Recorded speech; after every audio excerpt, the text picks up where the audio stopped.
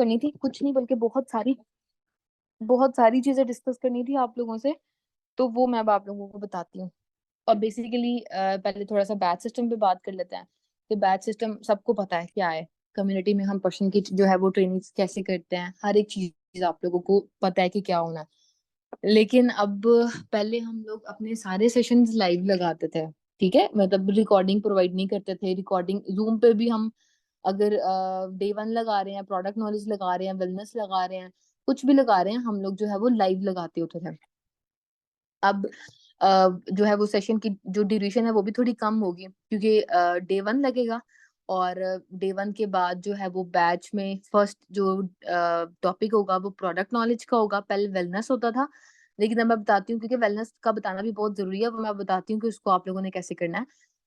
Product knowledge होगा, और उसके बाद फिर मार्केटिंग प्लान होगा। मतलब ये आपके जो पर्सन है वो डे वन देखेंगे, उसके बाद 3 दिन उसकी उनकी जो ट्रेनिंग है वो 3 दिन रहेगी। ठीक है, वो 3 टॉपिक्स होंगे।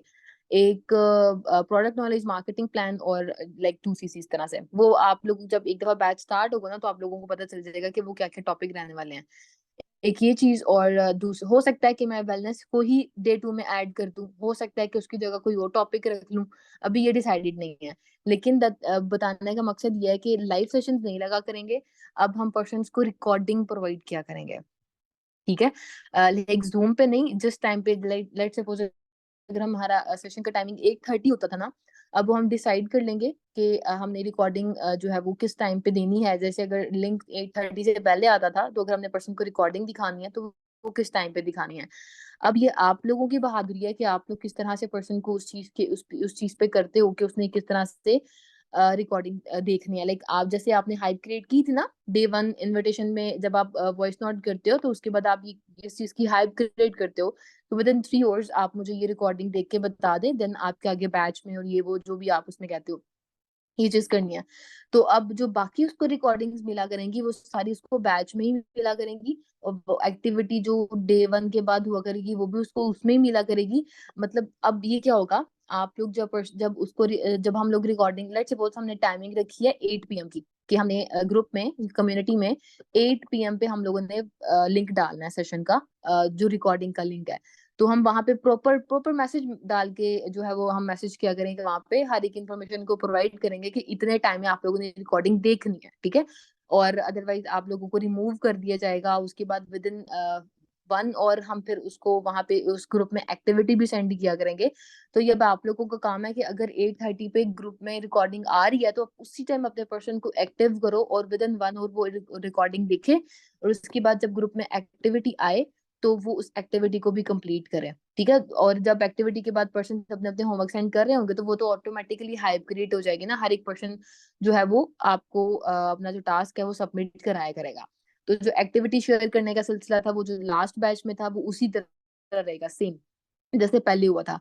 बट अब चेंजिंग सिर्फ ये आएगी कि पहले लाइव सेशंस लगते थे, लेकिन अब लाइव सेशंस नहीं लगेंगे, अब हम पर्सन्स को रिकॉर्डिंग प्रोवाइड करेंगे। और ये हम ही थे जो सिर्फ लाइव सेशन लगा रहे थे, सिर्फ हम लोग थे। बाकी पर्सन्स क्या, बाकी सारी टीम के मेंबर्स ऐसे ही करते हैं रिकॉर्डिंग, या तो कम्युनिटी जैसे हमने बनाया है। अब तो आजकल सारी टीमें कम्युनिटी को ही चला रही हैं, कम्युनिटी सिस्टम और बैच सिस्टम ही कर रही है। बिगनर्स वाला सिस्टम सबने खत्म कर दिया हुआ है, क्योंकि इससे रिजल्ट्स अच्छे आते हैं और इसमें पर्सन दूसरों की देखा देखी एक्टिव रहता है और अपना होमवर्क जो है वो टास्क जो है वो कंप्लीट करता है। ठीक है, तो चेंजिंग जस्ट यही है कि लाइव सेशंस नहीं लगा करेंगे, उस ग्रुप में रिकॉर्डिंग्स आया करेंगी और वो पर्सन वो रिकॉर्डिंग ही दिखा करेंगे। अब वो हमारा है कि हमने कौन कौन सी रिकॉर्डिंग प्रोवाइड करनी है। ठीक है, यहाँ तक क्लियर है के पर्सन को सेशन की बजाय। अब वो पर्सन क्या करते हैं, जो दूसरी टीम वाले हैं, कि वो ये कहते हैं कि होती रिकॉर्डिंग है लेकिन उसको ना लाइव लाइव सेशन कह देते हैं कि यूट्यूब पे लाइव चल रहा है। हालांकि जो अक्लमंद पर्सन है उनको ऑलरेडी पता चल जाता है कि ये रिकॉर्डिंग है, ये लाइव नहीं है। तो जब हम पर्सन की इनविटेशन कर रहे होंगे ना, या उसके बाद जब उसको डे 3 के बारे में गाइड कर रहे होंगे, तो उसमें हम उसको प्रॉपरली क्लियरली ये चीज बताएंगे कि भाई रिकॉर्डेड होते हैं। और आपके लिए ये ज्यादा मजे की चीज है कि अगर आप जॉबियन हो, अगर आप हाउस वाइफ हो, आपके लिए मसला है कि आप ऑन द स्पॉट सेशन को नहीं अटेंड कर सकते, तो आपके पास within like 2 to 3 hours होते हैं कि आप जब फ्री हो आप जल्दी से रिकॉर्डिंग अच्छे से देखो और उसके बारे में फिर हमें रिस्पॉन्स करो। ठीक है, तो उसमें वो लोग भी इस चीज से खुशी होंगे क्योंकि अक्सर पर्सन को मसला होता है कि हम लोग लाइव सेशन नहीं अटेंड कर सकते, ये है वो है, अक्सर के पर्सन इसी तरह ही काफी रह जाते हैं। अक्सर के इसी तरह पर्सन रह जाते हैं कि हम तो लाइव सेशन नहीं ले सकते, ठीक है, हमें रिकॉर्डिंग दे दें। तो फिर अगर हमने रिकॉर्डिंग देनी भी है ना, तो हम उसको प्रॉपर सिस्टम के थ्रू देंगे, उसको इतना इजी भी नहीं कर देना कि वो जब मर्जी रिकॉर्डिंग देख रहा हो। लाइक लेट्स सपोज सिस्टम तो बैच वाला ही चलेगा, ठीक है, कि लेट्स सपोज आप लोग ने प्रोस्पेक्टिंग किया, उसके बाद आप उसको उसको इनवाइट कर रहे हो, वॉइस नोट कर रहे हो, उसके बाद उसको डे 1 दिखा रहे हो, तो उससे नेक्स्ट डे जो हमने टाइमिंग सेट की होगी, उस टाइम पे हमने, क्योंकि हमने उसको सिलेक्टेड पर्सन का भी तो कहना है, वो वाली हाइप भी तो क्रिएट करनी है। तो नेक्स्ट डे अगर हमने ये डिसाइड किया हुआ है कि 6 PM से पहले पहले पर्सन को कम्युनिटी में ऐड करना है और बैच हमने स्टार्ट करना है, तो इसका मतलब उस टाइम पे ही स्टार्ट करना है, और तब तक सारे पर्सन ऐड हो जानी चाहिए उस कम्युनिटी में। उसके बाद अगर हमने टाइमिंग रखी है 8:30 की, कि 8:30 पे हम आपको रिकॉर्डिंग, जो ग्रुप में जो भी हमने वॉइस करना होगा, जो भी हमने मैसेज करना होगा, रिकॉर्डिंग भेजनी होगी, हमने वो भेजी है। तो अब उस पर्सन का काम बनता है कि अगले 2 घंटों में रिकॉर्डिंग देख के हमें बताए, ठीक है। तो ये चीज आप लोगों ने मेक श्योर करनी है कि आप अपने पर्सन को इतनी अच्छी हाइप क्रिएट करो, ग्रुप में भी हाइप क्रिएट होगी होगी, लेकिन आप लोग भी हाइप क्रिएट करो कि वो जल्दी से रिकॉर्डिंग देख के आपको बताए, क्योंकि बाद में एक्टिविटी भी तो आनी है ना ग्रुप में, उसने वो भी तो नेक्स्ट सेशन से पहले पहले उसकी टाइमिंग होगी कि उसने एक्टिविटी को भी सेंड करना है। तो ये अब डिपेंड करता है आप लोगों पे कि आप कितने अच्छे से वहां पे जो है वो हाइप क्रिएट करते हो उस चीज की, ठीक है।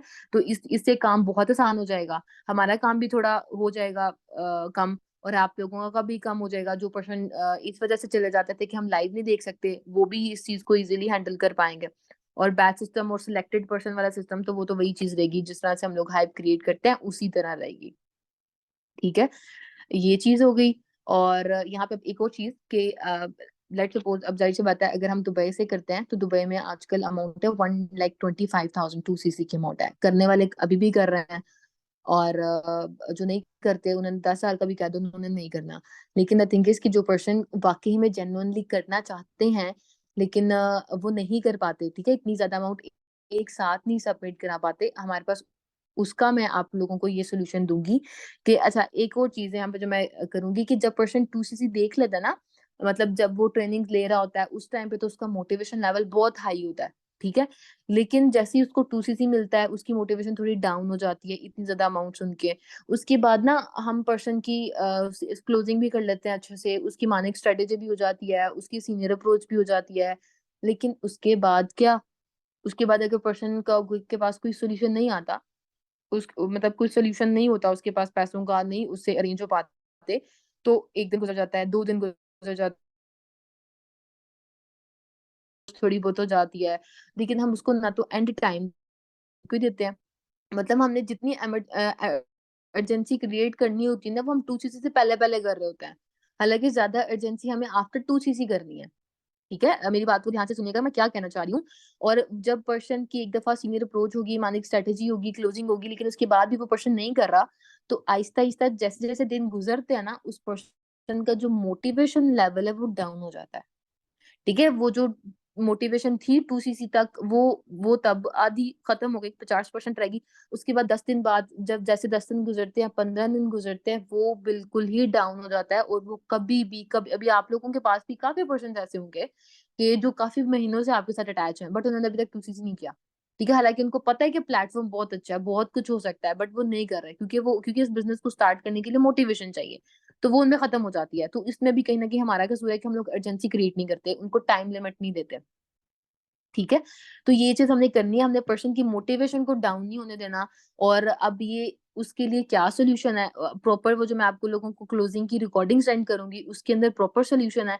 वो एक तो आप लोगों ने वहां से वो चीजें नोट कर लेनी है, अगर वो 50 मिनट्स का सॉरी सेशन है ना, तो आपने 50 मिनट जितना भी बोला गया उसके अंदर आपने वो सब कुछ लिखना है, क्योंकि आपने एक पर्सन के साथ क्लोजिंग कैसे करनी है 20 to 30 मिनट्स की, तो वो सारी बातें उसमें मैम ने बताई हुई हैं, आपने वो सारी लिख लेनी है। एंड आफ्टर 2cc, लाइक आज अगर आप लोगों ने सीनियर अप्रोच किया है, आपने कल मानिक स्ट्रेटेजी करनी है तो वो कैसे करनी है, उसके बाद आपने थर्ड पार्टी करानी है थर्ड डे, तो वो कैसे करनी है, उसके बाद आपने अर्जेंसी क्रिएट करके with in 2 to 3 days person से अमाउंट कैसे निकलवानी है, वो चीज है ना। अब मैं आपको वो बता देती हूँ कि वो क्या चीज है। अब हम अक्सर ये चीज करते हैं कि पर्सन, ये हमारे पास लास्ट सोल्यूशन, जब पर्सन के पास अमाउंट हो ही नहीं रही, तो हम उसको अक्सर, जो पर्सन हमें अच्छा लग रहे होते हैं जो काम करने, क्योंकि अब यहाँ पे हमें क्वालिटी भी तो चाहिए, क्वांटिटी तो नहीं चाहिए खाली। तो हमें जो पर्सन लग रहे होते हैं यार ठीक है ये फ्यूचर में जाके हमारे साथ अच्छा बिजनेस कर सकते हैं, तो हम उनको ये ऑप्शन दे देते हैं कि जी आप जो है वो काम करें एंड अपनी अर्निंग से ही अपना लेवल डन करें। ठीक है, ये चीज कर लेते हैं, लेकिन मेरे ख्याल से ये चीज अच्छी नहीं है। क्योंकि जब तक हमारी अपनी जेब से पैसा नहीं निकलेगा हम लोग इतनी मेहनत नहीं करेंगे।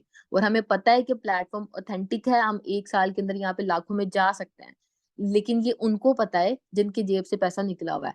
यहाँ पे जितने पर्सन बैठे हैं एग्री करते हो मेरी इस बात पे कि अगर आप लोगों की जेब से पैसा नहीं निकला होता, आप लोगों ने 2CC नहीं किया होता, आप लोगों को तब प्लेटफॉर्म का ना पता होता कि आप लोगों ने इतनी मेहनत करनी थी। 20 लोगों के 20 लोग आज गिव अप करके बैठे होते हैं कि हमसे ये नहीं हो रहा। ठीक है, तो हमारी जेब से जब तक पैसा नहीं निकलता ना तब तक हम मेहनत नहीं करते। ठीक है, तो मेरे ख्याल से कि ये वाला सॉल्यूशन बिल्कुल भी ठीक नहीं है, क्योंकि आप बिजनेस चाहे ये है, चाहे कोई भी बिजनेस है ना, उसमें आपको स्ट्रगल करनी पड़ती है। वो कोई भी बिजनेस है, लेकिन ये जरा हमें आसानी से मिल जाता है तो हम इसको फिर आसानी से छोड़ भी देते हैं। हालांकि इसमें पोटेंशियल ज्यादा है कि आपकी growth with in 1 to 2 year हो सकती है, बट हम ये चीज नहीं देखते। ठीक है, तो अगर हम नहीं देखते तो फिर वो पर्सन जिसने भी फॉरवर्ड में काम ही नहीं किया वो कैसे देखेगा। तो ये सोल्यूशन देना बेहतर नहीं है।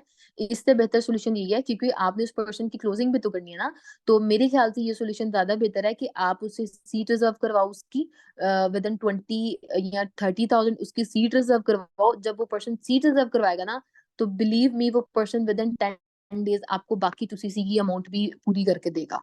ठीक है, ये तो मैंने आपको जस्ट हिंट दिया है कि हमने करना क्या है आगे, क्योंकि जो पर्सन बिल्कुल ही हमारे हाथ से निकल जाते हैं, उन जिनका मोटिवेशन लेवल डाउन हो जाता है, तो उनके लिए ये चीज करी हूँ मैं। लेकिन जब आप वो क्लोजिंग की रिकॉर्डिंग देखोगे ना, तो आपको प्रॉपर वहां पे एक वे के थ्रू बताया गया कि आपने ये चीज कैसे करनी है। ठीक है, कि पर्सन को क्या कहना है, किस तरह से हाइप क्रिएट करनी है, क्या अल्फाज इस्तेमाल करने हैं, 20,000 से उसकी सीट रिजर्व कैसे करवानी है, वो हर एक चीज आपको सेशन में बताई गई है। उसको बहुत अच्छे से लिख लो। और मैं यही कहूंगी कि हर किसी की साइड से ना पेंडिंग पर्सन हैं, हर किसी की साइड से। ठीक है, तो वो चीज आपने अपने पेंडिंग पर्सन्स पे इम्प्लीमेंट करनी है और कोशिश करनी है कि एटलीस्ट 4CC आपके पिछले जो पेंडिंग पर्सन्स हैं उनसे निकले। और वो इसी तरह करके निकल सकता है कि आप पहले 1-2 दिन उनसे ये इस तरह भी नहीं है कि आप, क्योंकि उनकी तो मोटिवेशन खत्म हुई हुई है, अगर आप उन पे हाइप क्रिएट करोगे कि जी 4 डेज रह गया मेंटोरशिप के, 5 डेज रह गए हैं, तो आप इतने पैसे सबमिट कर दो, वो कभी भी नहीं करेंगे। आपने पहले 1-2 दिन, मैं उनकी बात कर रही हूँ जो पेंडिंग है ऐसे अभी आपके, जिनको 10-15-20 दिन हो गए हैं ट्रेनिंग लिए हुए, उनसे कि उनसे आपने इस तरह से बात करनी है। एक दफा उनसे वैसे ही बात करो, हालचाल उनसे पूछो, कॉल का टाइम सेट करके उनकी उनकी लाइफ के बारे में पूछो, क्या चल रहा है आजकल, क्या कर रहे हो आजकल, फिर फॉरएवर के बारे में पूछो कि क्या इरादा है, इशू सॉल्व हुआ नहीं हुआ, क्या सोचा है आपने, कब तक करना है। तो जब वो ये सारी चीजें आपको बता देना, तो उसके बाद फिर आपने उसको ये वाला सोल्यूशन प्रोवाइड करना है कि जी अब हमारी पर्सनल मेंटोरशिप है, वो स्टार्ट होनी है एंड उसके लिए इतना टाइम रह गया है। तो आप बताओ अगर आप बाकी चीज करना चाहते हो, क्योंकि इसके बाद अगर आपने किया नहीं किया तो आप ये अपॉर्चुनिटी लाइफ टाइम के लिए अपने हाथ से गवा दोगे। तो आप बताओ अगर आप सीट रिजर्व करवाना चाहते हो तो मैं आपकी सीट रिजर्व करवा के एटलीस्ट आपको मेंटोरशिप दिलवाऊं, या इस तरह से सीन्स करके ना आप उनसे थोड़ी बहुत अमाउंट निकलवा सकते हो। और जब थोड़ी बहुत अमाउंट निकलवाओगे तो वो person with in 10 to 15 days बाकी अमाउंट भी आपको करके देगा। ठीक है, मैं आपको जस्ट ये हाइलाइट्स बता रही हूँ, जस्ट हिंट्स दे रही हूँ। प्रॉपर जो वे है उसका आपको उस रिकॉर्डिंग में मिल जाएगा, उसको फिर लिख लेना, फिर आप लोगों के लिए चीज को इम्प्लीमेंट करना आसान हो जाएगा।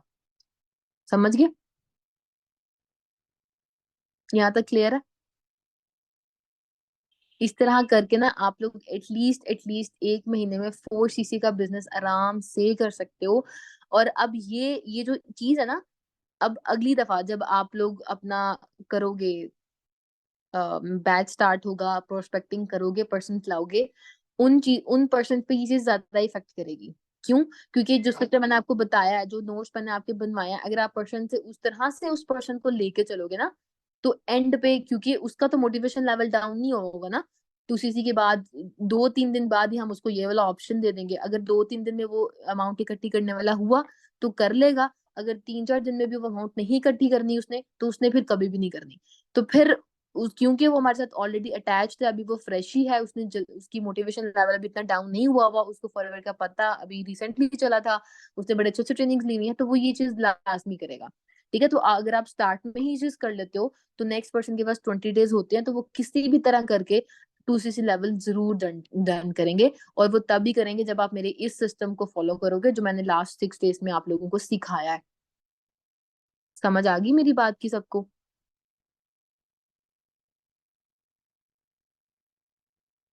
और ये वाला तरीका भी टेस्टेड है। और इस बैच लाइक इस सेशन में भी एक दो पर्सन ऐसा बैठा हुआ है कि जिन्होंने पहले मुझे 50,000 सबमिट कराया था, थोड़ी देर बाद ही उन्होंने 30 to 35,000 सबमिट करा दिया था। यस, खदीजा थी। तो इसका मतलब ये तरीका भी टेस्टेड है, इस तरह होता है, पर्सन कर लेता है, इजीली कर लेता है। ठीक है, क्योंकि जब वो 20,000 देगा तो उसको पता हो, क्योंकि कहीं ना कहीं उसको ट्रस्ट इशू भी तो होता है ना कहीं। तो फिर जब वो इस सिस्टम में अच्छा, जब आप लोग ये चीज करोगे, वो पर्सन रेडी हो जाएगा कि हाँ ठीक है वो अपनी सीट रिजर्व करा रहा है, इतनी अमाउंट देने के लिए रेडी हो जाता है, फिर उसको हम उसकी ये नहीं कहना कि हम आपकी वर्किंग स्टार्ट करा देंगे। वर्किंग स्टार्ट कराने वाला सिस्टम नहीं करना, जस्ट सीट रिजर्व करवाने वाले करना है कि आपके पास जब आप सीट रिजर्व करा लोगे तो आपके पास नेक्स्ट 15 to 20 डेज होंगे अपना लेवल डन करने के लिए। ठीक है, तो फिर वो इजीली करेगा। और जब वो अपनी सीट रिजर्व कराएगा, फिर हम उसको अपने ग्रुप में भी ऐड कर देंगे। और जस्ट एक ग्रुप में ऐड करेंगे, वो अब हम बता देंगे कि किस ग्रुप में उसको ऐड करना है, या तो वो असिस्टेंट सुपरवाइजर वाला ग्रुप होगा या /23 वाला ग्रुप होगा। ठीक है, तो उसमें जब ऐड करेंगे, जब बाकी पर्सन का वेलकम होता दिखेगा, हर एक चीज देखेगा कि पर्सन यहाँ पे कर रहे हैं, उसका ट्रस्ट इशू भी खत्म हो जाएगा। ठीक है, तो वो किसी भी तरह करके वो आपको ज्वाइन जरूर करेगा और अपना लेवल भी जरूर डन करेगा। ठीक है, लेकिन फिलहाल आज अभी जब सेशन खत्म होता है तो अपने पेंडिंग पर्सन की लिस्ट बनाओ और उन पे ये चीज अप्लाई करने की कोशिश करो कि वो उनमें से एटलीस्ट 2-3% ऐसे हों जो अपनी सीट को रिजर्व करवाएं। और फिर अगस्त का पूरा महीना जो है वो पड़ा होगा, तो डेफिनेटली आप यहाँ से भी 4cc का बिजनेस इजीली निकाल सकते हो। नहीं, अगर वो 20 दे रहा है ना तो वो बाकी लाजमी देगा, जरूर देगा। आप जस्ट एक दफा ना मैं आपको आप लोग जो मुझसे रिकॉर्डिंग मांगोगे मैं आपको दूंगी, तो वो रिकॉर्डिंग देखना। तो आप वहां पे प्रॉपर फ्लो के थ्रू चीज बताई हुई है। ठीक है, तो फिर आपको समझ आ जाएगी।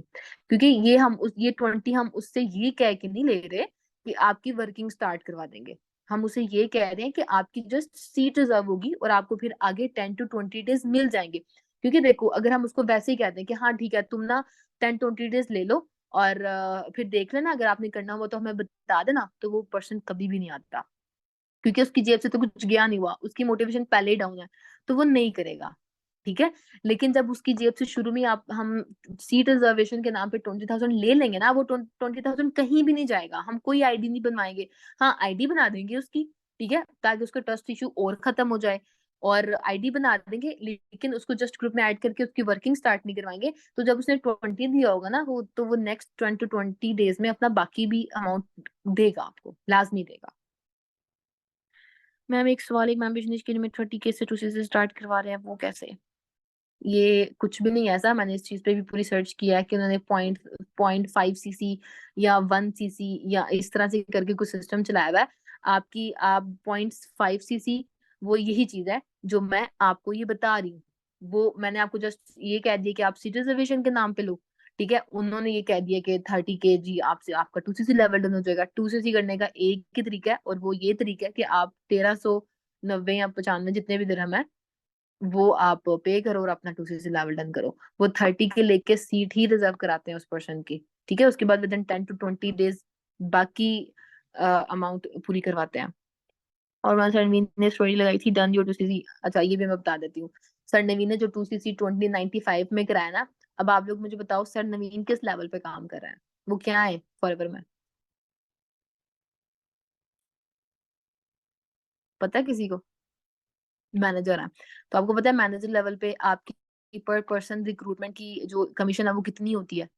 43 या 45,000। ठीक है, अब सर नवीन क्या करते हैं, जो सर नवीन 95,000 कह रहे हैं ना, तो जब पर्सन 95,000 में करता है तो 2cc तो जाहिर सी बात है वो सर नवीन कराएं या मैं कराऊं या आप कराओ, 2cc तो 1,25,000 में ही हो रहा है। ठीक है। लेकिन वो क्या करते हैं, वो जब ये चीज लगाते, जाहिर सी बात है जो पेंडिंग गैस होते हैं जिन्होंने ट्रेनिंग के दौरान हम सब ने उनको फॉलो कराया होता है, तो उन सबको दूसरी किसी का पता होता है। तो जब उनकी स्टोरीज देखते हैं तो वो कहते हैं हाँ ये तो 1,25,000 की बजाय 95 में हो रहा है। तो वो उनसे कांटेक्ट ही करते हैं और वो 95,000 किसी भी तरीके से अरेंज करते हैं। अब जो बाकी अमाउंट है ना, वो सर नवीन खुद पे करते हैं। ठीक है, 95 के बाद कितने रह गए, 25, 30 to 35,000 रह गया। वो सर नवीन हो या कोई भी मैनेजर हो, वो लोग खुद पे करते हैं और उस पर्सन का 2CC डन करवाते हैं। और उसके बाद जो उनको पेमेंट आ रही है, ठीक है, वो भी तो वो उनकी पेमेंट 45,000 आती है पर पर्सन कमीशन से। ठीक है, इसमें भी वो 15-20 हजार कमा जाते हैं। तो कमा भी लिया और भी आ गया पर्सन भी आ गया। अब वो जितना बिजनेस करेगा उनको उसका फायदा भी होता रहेगा। और जब उन्होंने अपनी अपनी आईडी से 4CC एक्टिव किया है, तो जस्ट इतने से काम पे उनको लाखों रुपया तो उनकी टीम से पैसिव इनकम आ जाती है। तो ये सीन है। 95,000 में होता नहीं है, वो खुद से। अब मैं हूँ, मैं भी ऐसे कर सकती हूँ। लाइक अगर मुझे 35,000 कमीशन आ रहा है सुपरवाइजर लेवल पे, यस बिजनेस माइंड, तो मुझे अगर 35% कमीशन आ रहा है, तो जिस पर्सन को मसला हो रहा है, तो मैं उसको ये कह सकती हूँ जी कि आप, मैं आपको 35,000 डिस्काउंट दे रही हूँ, आप इतने में लेवल डन कर सकते हो, आप करो और बाकी मैं दूंगी। वो पर्सन तो इम्प्रेस हो जाएगा, बाकी खुद से डाल के नेक्स्ट मंथ मैं वही कमीशन कमा लूंगी उससे। CC भी आ गए, पर्सन भी आ गया और काम भी हो गया। तो वो ऐसे ही करते हैं। वही हम आगे जाके हम भी ऐसे ही करेंगे, बट कोई लेवल तो अचीव कर लो। जस्ट एक स्टोरी के बेस पे उनको ये 8-10 CC ऐसे ही मिल जाता है। लेकिन उन्होंने शुरू में मेहनत की हुई है। वो मैनेजर ऐसे ही नहीं बने, सीनियर रीजनल मैनेजर ऐसे नहीं बने। वो भी AS से होते हुए सुपरवाइजर से होते हुए मैनेजर तक पहुंचे हैं।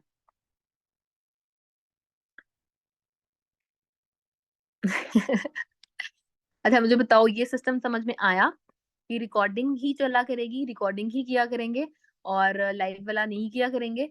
और अगर अगर आप लोगों ने जो मैंने आप लोगों को नोट्स बनवाए हैं, अगर आप लोग इस सिस्टम के थ्रू चल गए, आप लोग अगर 20 लीड्स भी यूज कर रहे हो ना, उसमें से कम से कम आप लोग अपना 4CC का टारगेट निकाल सकते हो। सेशन के बाद आप लोग पहले तो अपने पेंडिंग केस की लिस्ट बनाओ।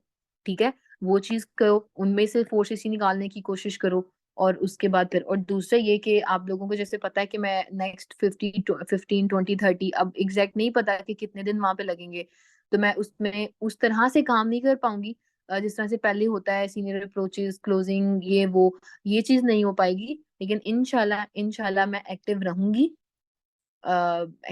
मैं पूरी कोशिश करूंगी कि मैंने जैसे आप लोगों को पहले भी बताया था कि हर रोज मैं जब जब मैं एक्टिव हुआ करूंगी ना, मैं आपको लोग बता दिया करूंगी कि लाइक मैं 4 to 5 hours के लिए एक्टिव हूँ।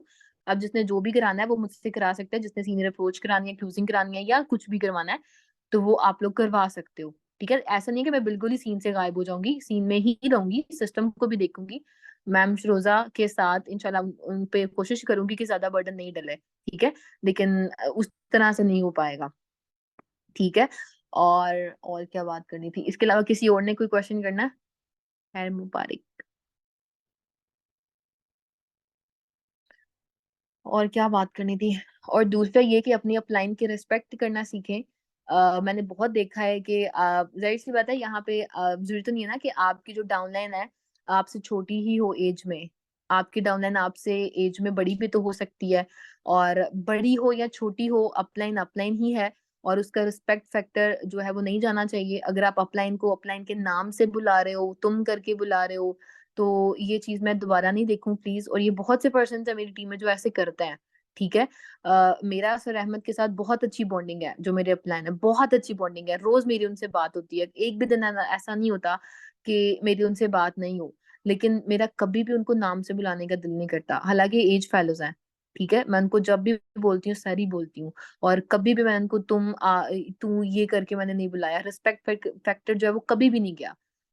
तो यकीन करो, आप लोग अगर इस बिजनेस में अपने अपलाइन के रिस्पेक्ट करना नहीं जानते, वो चाहे छोटा है चाहे बड़ा है, चाहे वो फीमेल है चाहे मेल है, या आप सेम जेंडर के हो, तो आप लोग इस बिजनेस में आगे नहीं जा सकते। क्योंकि आपको अपने अपलाइन की रिस्पेक्ट नहीं करना आती। अगर आप लोग अपने अपलाइन की रिस्पेक्ट नहीं करते, तो भूल जाओ कि आपकी डाउनलाइन आपकी रिस्पेक्ट करेगी। ठीक है, क्योंकि अब डाउनलाइन तो वही करती है ना जो अपलाइन कर रहा है, या वो जो अपलाइन को करता हुआ देख रहा है। तो आप लोग भूल जाओ कि आप लोगों की रिस्पेक्ट होगी यहाँ पे। तो मैं कभी भी ये चीज ना देखूं कि कोई अपने अपलाइन को तुम करके या नाम से बुला रहा है। ये बहुत बहुत बुरी चीज है। तो आप लोग सेम एज के हो, सेम एज के नहीं हो, छोटे हो बड़े हो, ये चीज ना हो। अपलाइन को अपलाइन की तरह ही ट्रीट करो, क्योंकि हम यहाँ पे बिजनेस करने आए हैं। हम यहाँ पे कोई दोस्तियां करने नहीं आए। यहाँ तो अगर आप लोग यहाँ पे दोस्तियां करने आए हो तो मुझे बता दो, तो फिर बिजनेस की बात ना करो। ठीक है। तो बिजनेस है तो बिजनेस को बिजनेस की तरह ही लेके चलो, तो ज्यादा अच्छी बात है। और एक लिमिट में ही रहो, तो ज्यादा अच्छी बात है। बिल्कुल नाला, बिल्कुल ठीक कह रहे हो आप। और ये चीज आजमाई हुई है। रिस्पेक्ट करोगे तो आपको वापस भी ये चीज मिलेगी। तो अपलाइन के साथ कनेक्टेड रहो। और मुझे यही चीजें डिस्कस करनी थी आप लोगों से। बाकी अगर आप लोगों का कोई क्वेश्चन है तो आप लोग पूछ सकते हो। बाकी अब पता है, अक्सर पर्सन जब क्लोजिंग के दौरान हम उनसे आउट ऑफ कंट्री का पूछते हैं तो अक्सर के बाहर रिलेटिव्स निकल आते हैं कि हाँ ठीक है हमारे रिलेटिव्स हैं, हम उनसे पूछोगे। तो आप वो भी ना जस्ट 2 to 3 days देखो कि अगर ठीक है, हाँ अगर वो बाहर से कर देते हैं तो अच्छी बात है। अगर नहीं करते फिर आपने उन पे भी सीट रिजर्वेशन वाला ही सिस्टम चलाना है। ठीक है। बाकी मुझे बताओ कौन सा ऐसा पर्सन है जिसके लास्ट 6 days के नोट्स कंप्लीट नहीं है।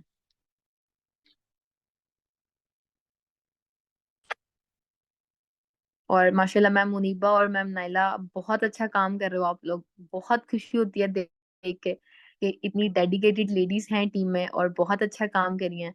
माशाल्लाह, इंशाल्लाह इंशाल्लाह इंशाल्लाह इसका जो है वो रिजल्ट मिलेगा हमें, जितनी आप लोग मेहनत कर रहे हो।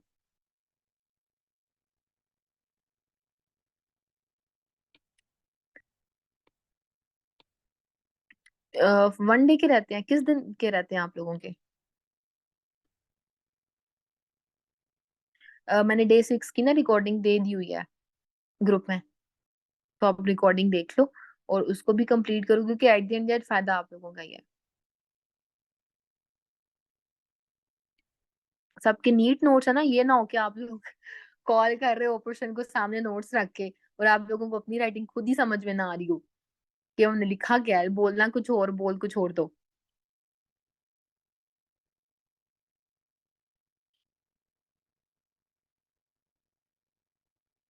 हाँ ना, नीट है।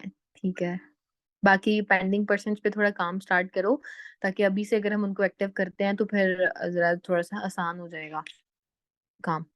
और बाकी यूके वाला भी दोबारा से स्टार्ट किया है, इंशाल्लाह जैसे ही वो होता है तो उसकी भी हम आपको प्रॉपर प्लानिंग दे देंगे कि वो किस तरह से करना है। लाइक यूके से किस तरह से आप बिजनेस करते हो। लाइक वहां पे कम अमाउंट है ना थोड़ी, तो वहां पे कैसे हो सकता है।